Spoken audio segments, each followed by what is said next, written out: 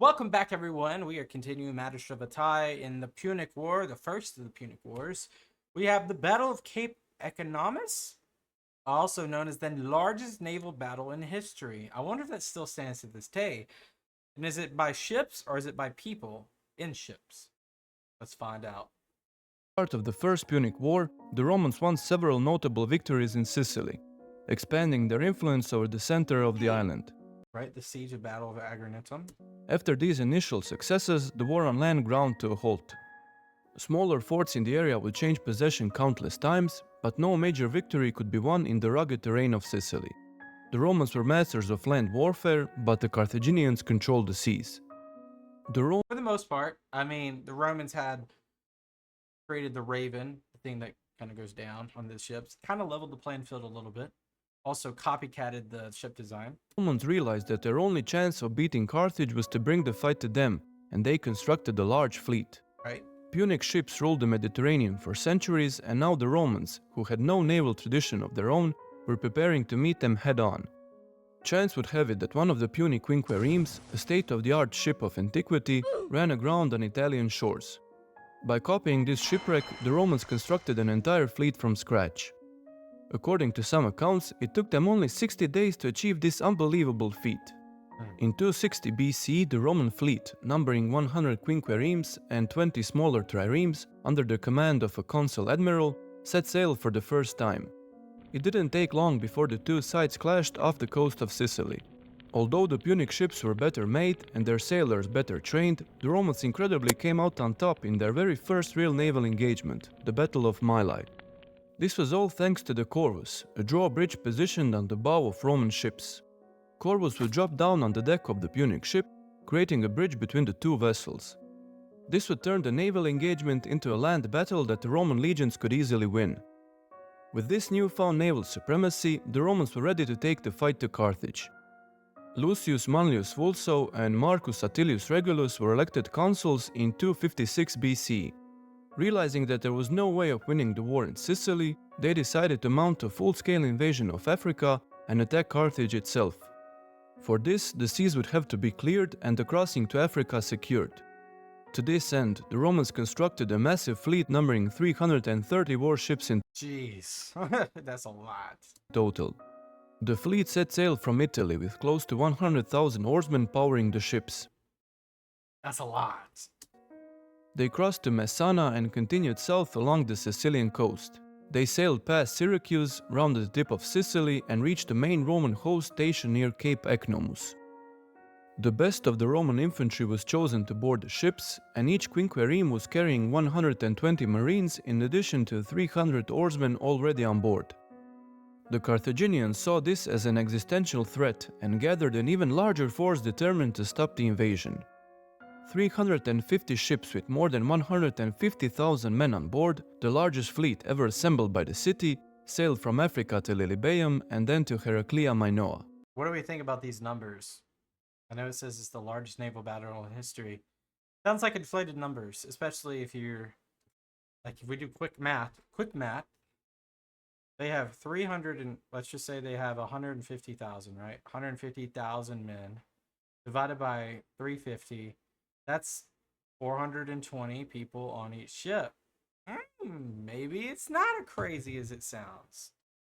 These astronomical numbers are provided by Polybius. A grand total of 680 ships and 290,000 men would make the Battle of Cape Ecnomus possibly the largest naval battle in history. Maybe. Although some later battles from the First and Second World Wars come close in Like the Philippine Sea. terms of the total number of men, there is no battle that can match it in sheer scale. Polybius himself best describes the magnitude of the battle. It must have been amazing to have witnessed it all in person, but it Amazing or horrifying? is hardly less astonishing even for someone who only reads about it and judges the magnitude of the risk to either side and the scale of their armament and resources, just from the number of men and ships. Some modern scholars reject these numbers. It was customary for the ancient authors to inflate the numbers in order to embellish the achievements of the winning side.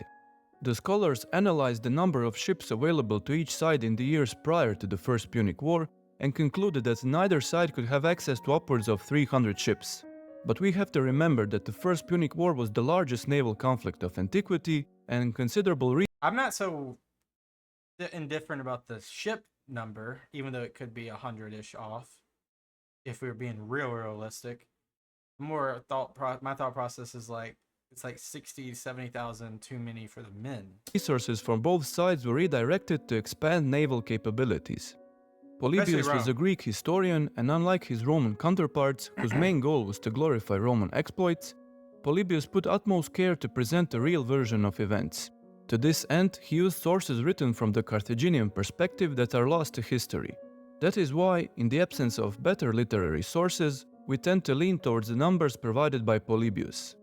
One thing that he was probably mistaken on was the number of men in the Carthaginian navy.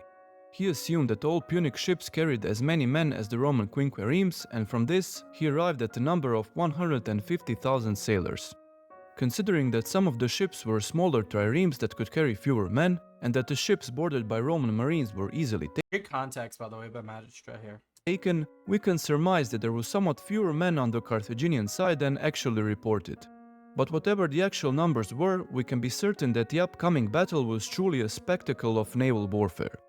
All pieces now in position, the Romans set sail along the coast of Sicily. Unaware of the strong Carthaginian presence, the Romans were prepared for both a naval engagement and a landing in Africa.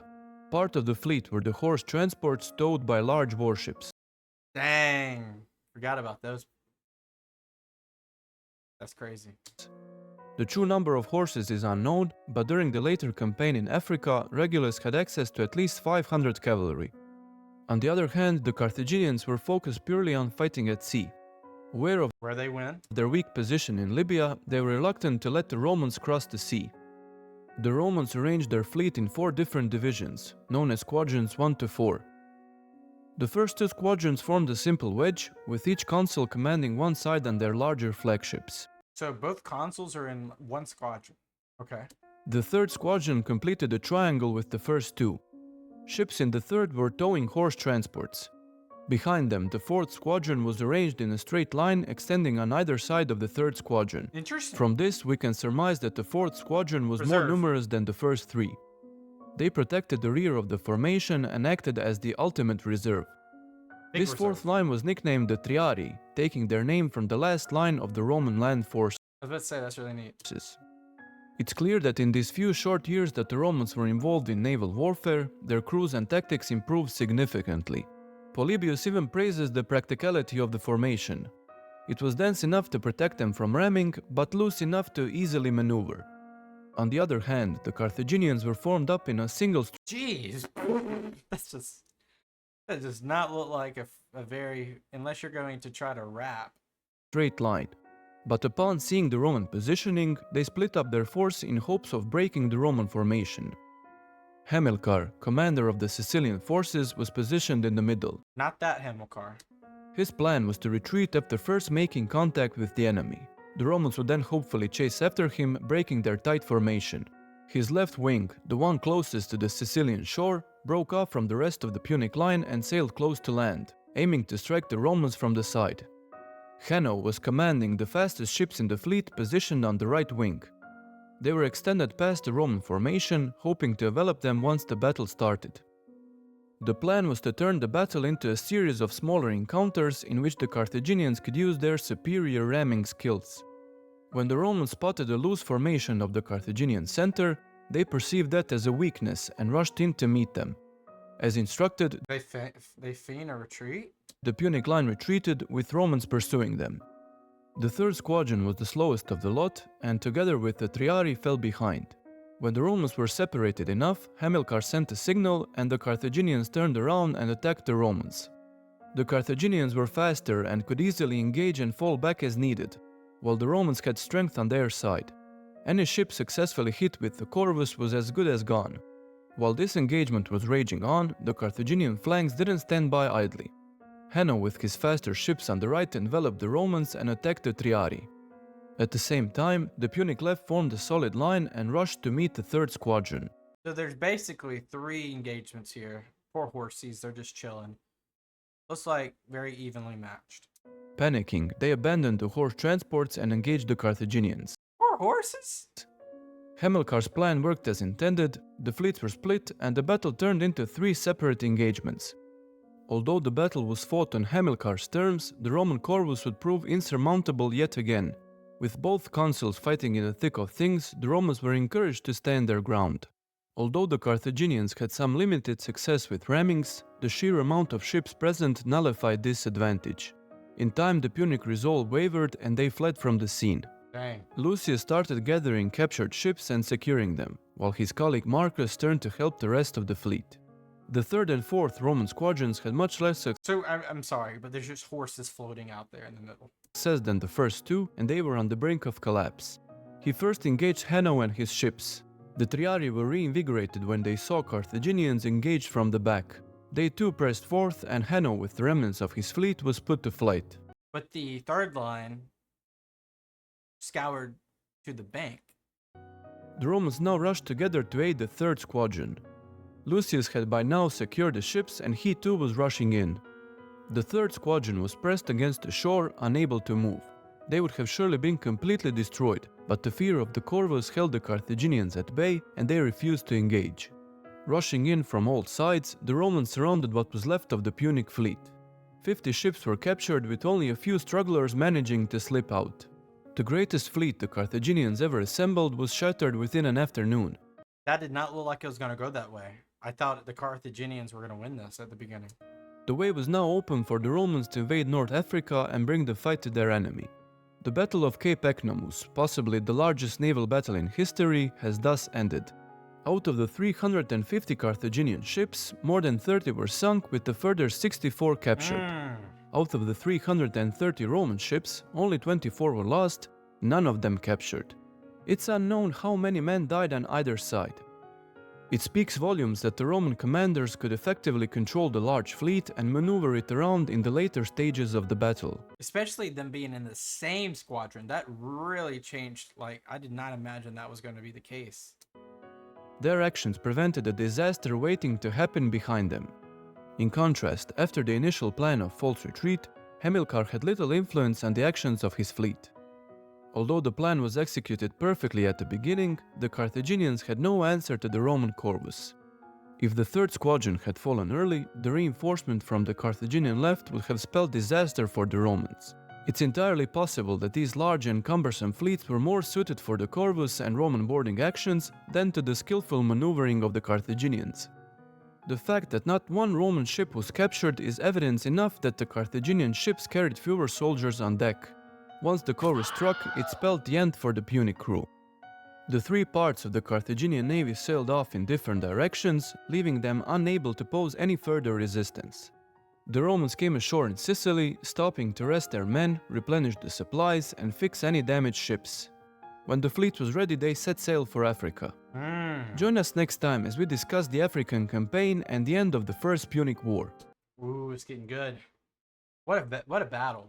Even if that was not 100% the right numbers, still an incredible engagement, incredible maneuvering by the Romans. I know the Carthaginian ships were more suited for maneuvering, but really well suited in terms of that formation for the Romans, and the corvus continuously being a formidable obstacle for the opposing ships. And like I said at the beginning, it looked like the Carthaginians were going to have an edge there, especially when they pinned the 3rd squadron, but overall, Rome succeeded. Very interesting stuff. I guess next time we pick it up, it'll be the end of the First Punic War. We're moving along in Roman history. Let me know if you guys have any added context to the video. But until next time, peace out. I'll see you guys. Bye-bye.